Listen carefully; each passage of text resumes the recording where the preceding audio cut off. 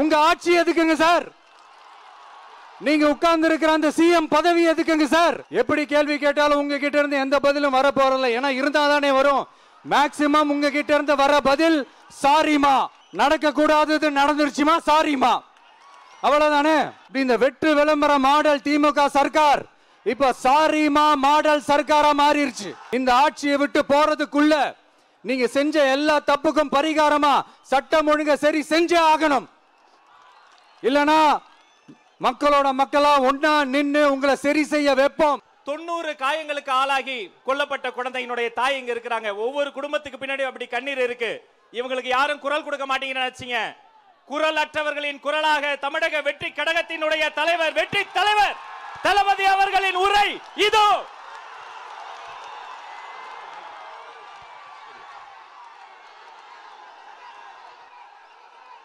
புறம் அஜித் குமார் அவர்கள் ஒரு சாதாரண ஒரு எளிய குடும்பத்தைச் சேர்ந்த ஒரு இளைஞர். அந்த சாதாரண குடும்பத்துக்கு நடந்த அந்த கொடுமைக்கு சிஎம் அவர்கள் சாரி சொன்னாங்க, தப்பு இல்லை. இப்ப அதோட சேர்த்து இதையும் கொஞ்சம் பண்ணிருங்க சிஎம் சார். உங்களுடைய ஆட்சி காலத்தில் இதே மாதிரி போலீஸ் விசாரணையில் 24 பேர் இறந்து போயிருக்கிறாங்க. அந்த 24 பேரோட குடும்பத்துக்கும் நீங்க சாரி சொன்னீங்களா? தயவு செஞ்சு சாரி சொல்லிருங்க. அஜித் குமார் அவர்கள் குடும்பத்துக்கு நீங்க கொடுத்த நிவாரணம் மாதிரி இந்த 24 பேர் குடும்பத்துக்கும் நீங்க நிவாரணம் கொடுத்தீங்களா? தயவு செஞ்சு நிவாரணம், அந்த நிவாரணத்தையும் கொடுத்துருங்க. சாத்தான்குளம் ஜபராஜ் ஃபெனிக்ஸ் அந்த கேஸ் வந்து சிபிஐக்கு மாத்தினப்போ இது தமிழ்நாட்டோட காவல்துறைக்கு அவமானம்னு சொன்னீங்க. இன்னைக்கு நீங்க உத்தரவிட்டதுக்கு பேர் என்னங்க சார்? அதே தானே அன்னைக்கு நீங்க சொன்னதும் இன்னைக்கு நடக்கிறதும் அதே தானே? அதே சிபிஐ தானே? அதே சிபிஐ ஆர்எஸ்எஸ் பிஜேபியோட கைப்பாவையாத்தான் இருக்கு. ஏன் நீங்க அங்க போய் ஒளிஞ்சுக்கிறீங்க? ஏன்னா தமிழக வெற்றி கழகம் டிவிகே சார்பா நீதிமன்றத்தோட நேரடி கண்காணிப்புல ஒரு சிறப்பு புலனாய்வு குழு விசாரணை அமைக்கணும்னு ரொம்ப ஸ்ட்ராங்கா கேட்டிருக்கோம். அதனால அந்த பயத்துல நீங்க ஒன்றியத்தோட ஆட்சிக்கு பின்னாடி நீங்க போய் ஒளிஞ்சுக்கிறதுக்கு காரணம். இன்னும் உங்களோட ஆட்சியில் இன்னும் எத்தனை அட்ராசிட்டிஸ், அண்ணா யூனிவர்சிட்டி கேஸ்ல இருந்து இன்னைக்கு அஜித் குமார் அவர்கள் கேஸ் வரைக்கும் எல்லாத்துக்கும் நீதிமன்றம் தலையிட்டு உங்க கவர்மெண்ட் கேள்வி கேட்டுக்கிட்டு இருக்கு. எல்லாத்துக்கும் நீதிமன்றம் தலையிட்டு கேள்வி கேட்கணும்னா அப்புறம் நீங்க எதுக்குங்க சார்? உங்க ஆட்சி எதுக்குங்க சார்? நீங்க உட்கார்ந்து இருக்கிற அந்த சிஎம் பதவி எதுக்குங்க சார்? எப்படி கேள்வி கேட்டாலும் உங்ககிட்ட இருந்து எந்த பதிலும் வர போறதில்லை. ஏன்னா இருந்தாதானே வரும். மேக்சிமம் உங்ககிட்ட இருந்து வர பதில் சாரிமா, தெரியாம நடந்துருச்சுமா, இல்லனா நடக்க கூடாதது நடந்துருச்சுமா, சாரிமா, அவ்வளவுதானே. இந்த வெற்று விளம்பர மாடல் திமுக சர்க்கார் இப்ப சாரிமா மாடல் சர்க்காரா மாறிடுச்சு. இப்படி இருக்கிற இந்த இன்எபிலிட்டி கவர்மெண்ட் இந்த ஆட்சியை விட்டு போறதுக்குள்ள நீங்க செஞ்ச எல்லா தப்புக்கும் பரிகாரமா சட்டம் ஒழுங்க சரி செஞ்சே ஆகணும். இல்லனா மக்களோட மக்களா ஒன்னா நின்னு உங்களை சரி செய்ய வைப்போம். டிவிகே சார்பா அதுக்கு உண்டான அத்தனை போராட்டங்களும் எடுத்து நடத்தப்படும். தேங்க்யூ. நீதி வேண்டும், நீதி வேண்டும், நீதி வேண்டும், நீதி வேண்டும். அஜித் குமாருக்கு நீதி வேண்டும், அஜித் குமாருக்கு நீதி வேண்டும், நீதி வேண்டும், நீதி வேண்டும், நீதி வேண்டும், நீதி வேண்டும். அனைவருக்கும் நீதி வேண்டும், வேண்டாம். எல்லோருக்கும் வணக்கம். தலைவர் அவர்களுக்கு வணக்கம். இந்த கண்டன கூட்டம், இந்த கூட்டம் வெறும் முதலமைச்சரை எதிர்த்து சொல்லக்கூடிய கண்டனம் ஆர்ப்பாட்டமா? இல்லை. மாண்புமிகு முதலமைச்சர் அவர்களே, நீங்கள் எதிர்க்கட்சி தலைவராக இருந்த பொழுது ஜெயராஜ் பெனிஸ் அவர்களுடைய லாக்அப் டெத்தில் ஒரு முறைகேடு நடந்த பொழுது கடுமையாக நீங்கள் மக்களிடம் போராட்டம் நடத்தினீர்கள். அந்த போராட்டத்தில் சிபிஐன்னு அந்த கேஸை நடத்திட்டு இருக்கும் பொழுது, அன்றைய இருந்த முதலமைச்சர் சிபிஐக்கு மாற்றும் பொழுது, சிபிஐக்கு கேஸை மாத்தினா இங்க தமிழக காவல்துறை என்ன செஞ்சிட்டு இருக்கு, இதுக்கு தார்மீக பொறுப்பேற்று முதலமைச்சர் பதவி விலகணும்னு சொன்னீங்க. அந்த போராட்ட குணம் இன்று உங்களுக்கு எங்கே போனது? எதிர்க்கட்சியாக இருந்த பொழுது ஏற்பட்ட போராட்ட குணம் முதலமைச்சராக இருக்கின்ற இப்பொழுது ஏன் மனித உரிமைக்காக நீங்க பேச மறுக்கிறீங்க? எங்கிருந்து இந்த குரல் ஒழிச்சுச்சுன்னா, அஜித் குமார் அவர்கள் கடுமையான மரணம் ஏற்பட்ட பொழுது அதை ஃபர்ஸ்ட் வலிப்பு நோயால இறந்துட்டார்னு ஒரு பொய்ய சொன்னீங்க. அதன் பிறகு கடுமையான போராட்டம், எங்க தலைவருடைய அந்த அம்மாவை பார்த்துட்டு வந்த பிறகு சிபிஐ என்கொயரின்னு சொன்னீங்க. அன்றைக்கு சிபிஐ என்கொயரி தவறுன்னு சொல்லும் போது ஏன் இங்க எஸ்ஐடியை போடல? அப்ப இன்னொரு நாடகம் நிகழ்த்தினீங்க. அந்த இழப்பு ஏற்பட்ட அந்த அம்மா கிட்ட சாரிமான்னு சொன்னீங்க. உங்கள் தேர்தல் நாடகம் அங்கதான் வெளிப்பட்டுச்சு.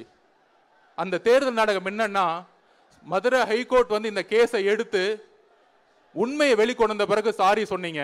ஆனா அதே மதுரை ஹைகோர்ட் சொன்னிச்சு, இதுவரை 24 பேருக்கு ஏற்பட்ட மரணம் ஏற்பட்டது இருக்கே அப்படின்னு மதுரை ஹைகோர்ட்டை சொல்லும் பொழுது, அப்பொழுது எங்கள் தலைவர் ஒரு உத்தரவிட்டார்.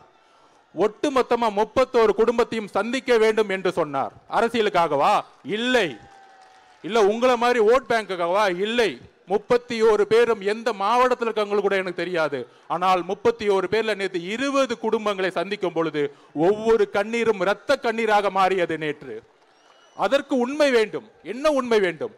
ஒவ்வொரு இறக்கப்பட்ட யார் யாரெல்லாம் லாக்அப் டெத்லையும் விசாரணை கைது இறந்தவங்களுக்கெல்லாம் ஒரு போலியான கதைகளை உருவாக்கி தன்னுடைய எதிர்கால குழந்தைக்கு கஞ்சா வித்தவன், சாராய வித்தவன் அப்படின்னு பொய் கேஸ் போட்டு அவங்களை கொண்டு இன்றைக்கு இருக்க எதிர்கால தலைமுறை ஒரு அக்யூஸ்டோட குழந்தையா இன்னைக்கும் ஒவ்வொரு ஊர்லயும் ஒரு நிரபராதி. மாண்புமிகு முதல்வர்களே, ஜெய் பீம் படம் பார்த்து நீங்க சொன்னீங்க, படத்தை பார்த்து அழுகுறதானே உங்க வேலை, உண்மையை பார்த்து அழுகுறதா உங்க வேலை கிடையாது. அந்த படமும் உங்க மகன் தான் எடுப்பாரு. அந்த படத்தை பார்த்துட்டு சொன்னீங்க, எனக்கு 3 நாளா தூக்கம் வரலன்னு ஜெய் பீம் படம் பார்த்துட்டு. மாண்புமிகு முதலமைச்சர் அவர்களே, கோகுல் ஸ்ரீ 17 வயசுல லாக்அப் டெத்ல ஒருத்தர் இறந்தார் அடிச்சு. அந்த அம்மா இங்க நின்றுட்டு இருக்காங்க. அந்த அம்மாவுக்கு யார் பதில் சொல்லுவா? 17 வயசு சிறுவன் கொல்லப்பட்டிருக்கார். அதுக்கு நீங்க உடனே ஒரு நபர் கமிஷன் போட்டீங்க. யார போட்டிருக்கீங்க?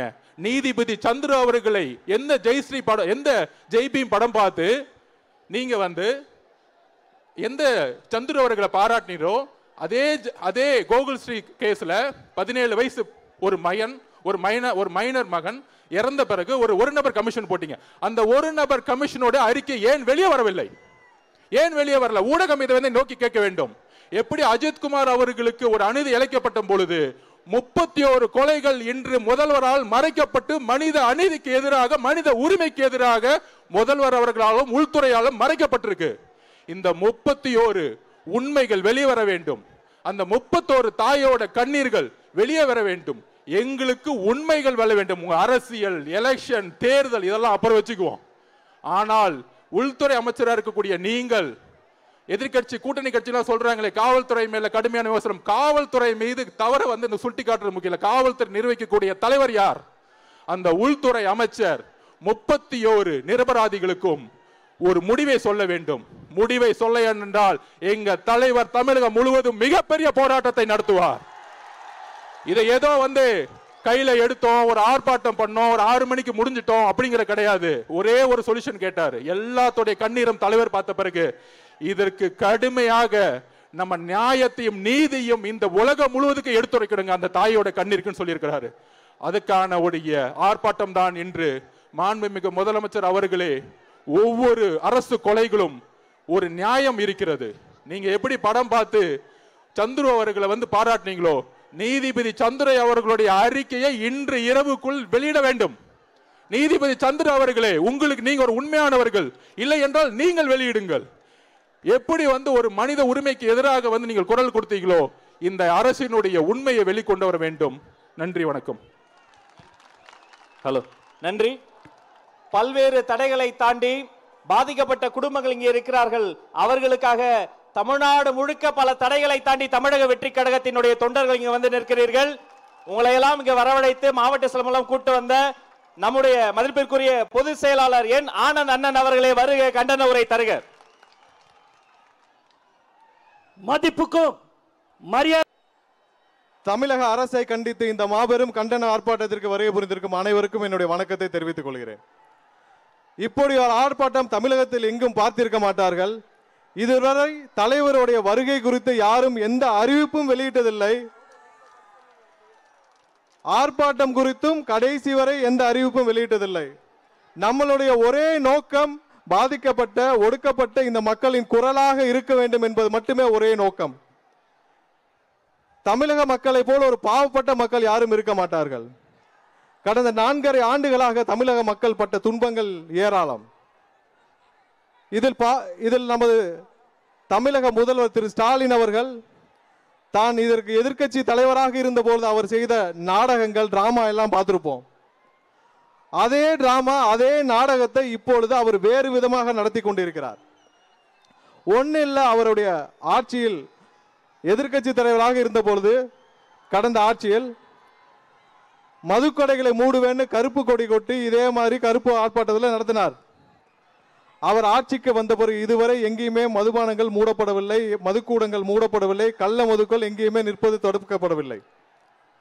அடுத்ததாக கனிம வள கொள்ளையை பற்றி அவர் நிறைய பேசியிருப்பார். இந்த 4.5 ஆண்டுகளில் கனிம வள கொள்ளை நடப்பதை போல வேறு எப்போதும் நடப்பதில்லை. இது எல்லாவற்றையும் தாண்டி இந்த லாக்அப் மரணங்கள், அதாவது தடுப்பு காவலில் நடந்த மரணங்கள் மற்ற எந்த ஆட்சியிலும் அல்லாத அளவிற்கு இப்போதுதான் அதிகப்படியாக நடந்திருக்கிறது. அதற்கு நீதி கேட்டு நாம் இங்கே ஆர்ப்பாட்டத்தை நடத்தி கொண்டிருக்கிறோம். நேற்று நமது தலைவர் அவர்கள் இந்த குடும்பங்களை சந்தித்தார். இந்த லாக்அப் மரணங்களில் தடுப்பு காவலில் மரணமடைந்த இந்த குடும்பங்களை சந்தித்தார். அது மிகவும் வேதனையான ஒரு தருணம். அப்போது நமது தலைவர் அவர்கள் இவர்களுக்கு ஒரு வாக்குறுதி அளித்தார். அது என்னவென்றால், கடைசி வரை நீதி போராட்டத்திற்கு தமிழக வெற்றி கழகம் துணை நிற்கும். நீதிமன்றங்கள் மூலமாக நமக்கு இவர்களுக்கு பாதிக்கப்பட்ட அனைவருக்கும் நீதிகளை பெற்று தருவதற்கு நமது தமிழக வெற்றி கழகம் துணை நிற்கும். அதே போல நமது நிர்வாகிகளும் அனைவரும் அந்தந்த மாவட்டங்களில் இவர்களுக்கு துணையாக இருந்து சட்ட போராட்டங்களுக்கு அனைத்து உதவிகளும் செய்வோம் என்று உறுதி கூறியிருக்கிறார். தமிழக முதல்வர் திரு ஸ்டாலின் அவர்கள் 4.5 ஆண்டுகளாக நீங்கள் வந்து முதலமைச்சராக வெறும் ஒரு கையெழுத்து போடும் முதலமைச்சராக அலங்கரித்து விட்டீர்கள். நீங்கள் கடைசி வரை இந்த மக்களுக்கு எதுவும் செய்யவில்லை. 70 ஆண்டுகளாக திமுக செய்த துரோகத்தை விட இந்த 4.5 ஆண்டுகள் நீங்கள் செய்தது அதிகம். கடைசியா ஒரே ஒரு நல்லதை மட்டும் செஞ்சுட்டு போயிருங்க. இன்னும் 8 மாதங்கள் தமிழக மக்கள் காத்திருக்க தேவையில்லை. நீங்கள் ராஜினாமா செய்து விட்டு போய்விடுங்கள். இந்த கடைசி ஒரு நல்ல விஷயத்தையாவது இந்த மக்களுக்காக செய்யுங்கள். இந்த மக்கள் அடுத்து யாரை தேர்ந்தெடுக்க வேண்டும் என்று அவர்களுக்கு தெரியும். சொத்து வேண்டாம், சுகம் வேண்டாம், பணம் வேண்டாம், தன்னுடைய உச்சத்தை வேண்டாம் என்று மக்களுக்காக நிற்கும் தலைவர் யார் என்று அவர்களுக்கு தெரியும். அந்த தலைவரை அவர்கள் தேர்ந்தெடுப்பார்கள். தயவு செய்து கடைசியாக உங்கள் வாழ்க்கையில் நீங்கள் வரலாறில் கண்டிப்பாக வரலாறு உங்களை தூற்றும். அந்த வரலாறிலிருந்து கடைசி ஒரு நல்லதை செய்துவிட்டு போங்கள். அது உங்களுக்கு நல்ல பெயரை ஏற்படுத்தி கொடுக்கும். இந்த ஆர்ப்பாட்டத்திற்கு அமைதியாக இங்கே கலந்து கொண்ட அனைவருக்கும் என்னுடைய நன்றியை தெரிவித்துக் கொள்கிறேன். நமது சட்ட போராட்டம் தொடரும். வருகை புரிந்த அனைவருக்கும் இந்த வாய்ப்பை வழங்கிய நமது தலைவர் அவர்களுக்கும் என்னுடைய நன்றியை தெரிவித்துக் கொள்கிறேன். நன்றி. நன்றி அண்ணா. தொடர்ந்து கண்டன உரை வழங்குவதற்காக கொள்கை பரப்பு பொதுச் செயலாளர் டாக்டர் அருண். எங்களுக்கு குரல் கொடுக்க எங்க அண்ணா விஜய் அவர்களுக்கு பெரிய நன்றி. ஃபர்ஸ்ட் இங்க வந்திருக்க மக்கள் அனைவருக்கும் நன்றி. பாதிக்கப்பட்டவங்க, இல்லாதப்பட்டவங்கன்னா நியாயம் கேட்க யாருமே இருக்க மாட்டாங்கன்னு நினைச்சோம். ஆனா நீங்க அத்தனை பேரை கூடுவதை பார்த்தா தமிழ்நாடு எங்க பின்னாடி தான் இருக்கிற மாதிரி இருக்கு. நாலு வரைக்கும் எந்த கட்சிக்காரவங்க எங்களுக்காக யாரும் குரல் கொடுத்தது இல்லை. முதல் முறையா கட்சி ஆரம்பிச்சு அண்ணா விஜய் அண்ணா எங்களுக்கோசம் குரல் கொடுத்து பெரிய நன்றி. எங்கள் குடும்பத்தில் ஒருத்தர் அவங்களுக்கு ரொம்ப நன்றி சொல்கிறோம். எப்போவுமே மனித உரிமை காப்பாளர் சார்பில் ஆசிரியர் அண்ணா விஜய் அண்ணா எங்களுக்கு குடும்பத்தில் ஒருத்தராக இருப்பாங்க. ரொம்ப பெரிய நன்றி எல்லாருக்கும். மதிப்புக்கும் மரியாதைக்குரிய கிளை, வார்டு, வட்டம், பகுதி, ஒன்றியம், பேரூராட்சி, நகரம், மாநகரம், மாவட்டம் மற்றும் சார்பு அணிகள் நிர்வாகிகளே, மாநில பொறுப்பாளர்களே, மாவட்ட கழக செயலாளர்களே, காவல்துறை அதிகாரிகளே, ஊடக நண்பர்களே, தளபதி நெஞ்சில் குடியிருக்கும் தமிழக வெற்றி கழகத்தின் தொண்டர்களே, இந்த போராட்டம் நீதி கேட்கும் போராட்டம், நியாயம் கேட்கும் போராட்டம், பாதிக்கப்பட்ட மக்கள் அனைவருக்கும் குரல் கொடுக்கும் போராட்டம், மக்கள் போராட்டம், எழுச்சி போராட்டம். எங்கள் தலைவர் சிந்தனை எல்லாம் மக்கள் மக்கள் மக்கள் மட்டும்தான். தம்பி அஜித் குமார் உள்ளிட்ட அனைத்து மக்களின் குடும்பங்களுக்காகவும் அவர் நீதி கிடைக்க போராடுகிறார். தாய்மார்களுக்கு ஒன்று சொல்கிறேன், உங்களுக்கு எந்த பிரச்சனை வந்தாலும் உங்களுக்காக குரல் கொடுக்க உங்கள் வீட்டு பிள்ளையாக, அண்ணனாக, தம்பியாக தளபதி வருவார். அவரோடு நாங்களும் வருவோம். நன்றி, வணக்கம்.